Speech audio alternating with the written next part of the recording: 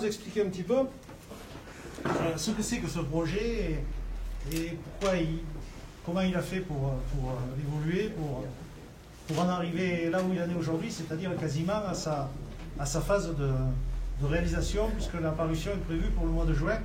Donc tous les bouclages et les réglages vont se faire juste après la Noël.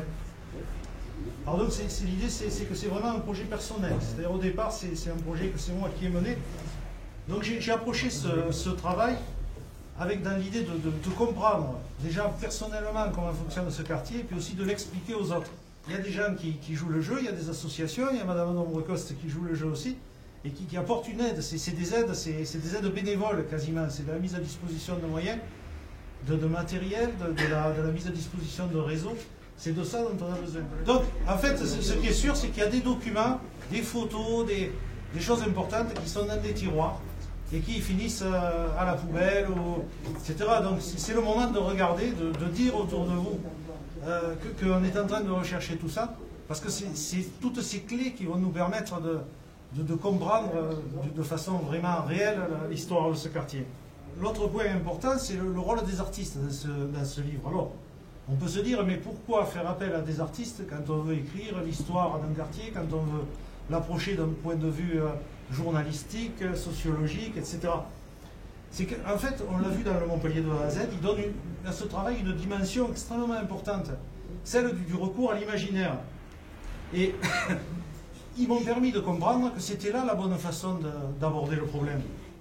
En tant qu'artiste, c'est un travail vraiment intéressant. Alors je vais vous montrer des exemples. C'est maquette. Voilà. Ça, c'est la première planche. Ça, c'est la seconde planche.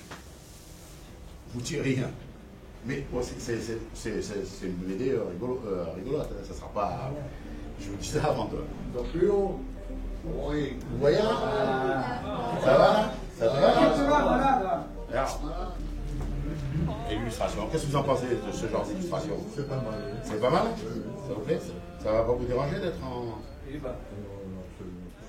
Je suis très intéressée pour travailler avec les habitants de tous les quartiers, pour essayer justement de réfléchir à qu'est-ce qu'on va pouvoir construire ensemble demain, pour vivre dans cette ville agréablement, en traitant tous les problèmes qui nous sont des problèmes qui sont importants pour nous, à savoir la place du stationnement, la place de la voiture, enfin les questions environnementales, enfin toutes les questions, la culture, enfin toutes les questions qui sont essentielles, mais vues à partir des prismes des faubourgs. Donc je trouve que c'est très intéressant qu'on s'applique, qu'on s'oblige même à avoir une lecture de notre histoire pour justement essayer de s'imaginer et d'inventer le futur, d'inventer demain tous ensemble. Voilà.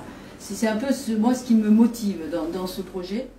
Donc les trois productions qui sont attendues pour la fin de l'année scolaire sont donc bien ce livre sur Figuerolles, qui est donc à la fois historique, sociologique, journalistique, une BD qui se passe à Figuerolles et qui là, bon, c'est plus une histoire un peu particulière, et un roman policier. Voilà, dans ces trois œuvres, vous allez être mis en scène. Ce sera vous sans être vous. Ça sera quand même vous un peu. Pour le polar, surtout pour le polar et la BD. Dans le livre sur Figuerolles, ceux qui y seront, on verra bien qui c'est. Et en tout cas, ce sera le quartier qu'on vit vraiment. All I want is the best for